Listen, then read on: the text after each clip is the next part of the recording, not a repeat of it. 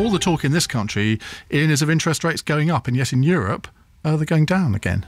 Well, they are, and that's a reflection of the different state of the economies and the different time in the economic cycle that we face relative to either the United States or to the European Union or the rest of the European Union, the Eurozone. Why did we not cut rates further than we did? I think the answer is twofold. One is that it's not clear when you cut rates at very low levels quite what the impact on the economy is going to be once you get very close to zero. So you don't see rates going lower than they currently are? Well, you can't say ever, but certainly in the near future. Well, I think we took the view that for the UK, given the particular structure of the banking system and the way in which people respond to the level of bank rate, that 0.5 was effectively as close to zero as we could get at the time that we were considering lower rates. That's not to say that in other countries the differences in the economic structure does not mean that they cannot do different things, but we felt that 0.5 was probably practically but the mood music, particularly among economic commentators, is that interest rates are more likely to go up than down in the next few months. I gather one of your colleagues every month recommends that they should go up now. Is that right? That's not according to my understanding, no? Certainly. I mean, what we have said is that the time when it becomes appropriate for interest rates in the UK to start to rise back to a more normal level is approaching. But we've also said, one, that we think there is scope for the economy to grow a little further before we really get to that point. And secondly, once we get to that point and thereafter, that any rises in interest rates that we anticipate, we hope will be only gradual for quite some time to come. But it seems to me that we're looking at that probably sooner rather than later, maybe before the election. Mark Carney, when he first took over at the Bank of England, he said, well, when unemployment got down to 7%, that's when interest rates would go up.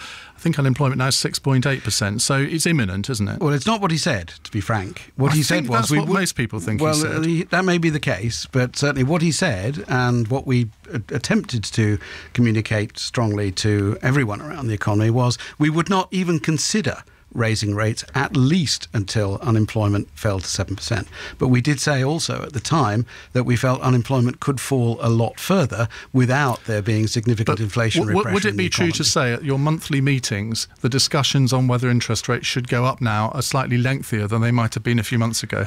Well, I think the meeting lasts about the same amount of time. What we That's have not said, what I asked. What we have said, and what we said in the last minutes that were published, was that the decisions were becoming more balanced. I think a year ago, with the economy flat on its back, it's a very easy decision to make as to quite what the appropriate level of interest rates is.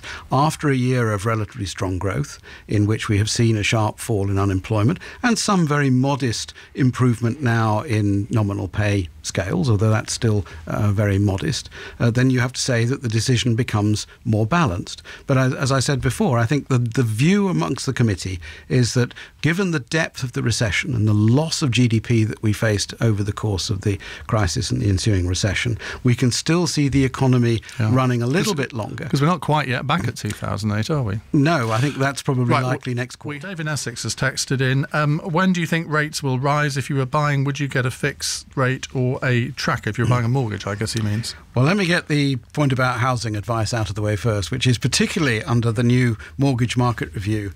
People have to be very closely trained and qualified to give mortgage advice. You must be qualified. You're on the Monetary Policy Committee. I'm not qualified under the law, and so I would be breaking the law and could be as a punter taken out of this studio by the police if I were to give advice. So I cannot give advice on individual mortgages, I'm afraid. In terms of when rates will rise, I honestly do not know the answer. But from what you were saying earlier, if I interpreted what you were saying earlier as probably towards the end of the year, that's when we could seriously expect a prolonged discussion in your committee. I think the first thing to say is it's going to depend critically on how the economy performs over the summer and through the autumn. We do think that there's a scope for the economy to grow a little further before we have to start the gradual process of normalisation.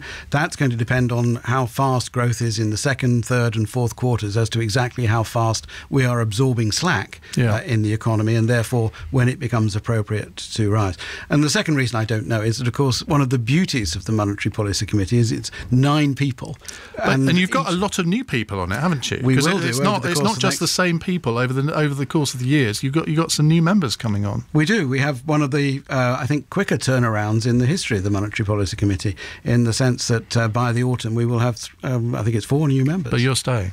My term carries on till September 2015.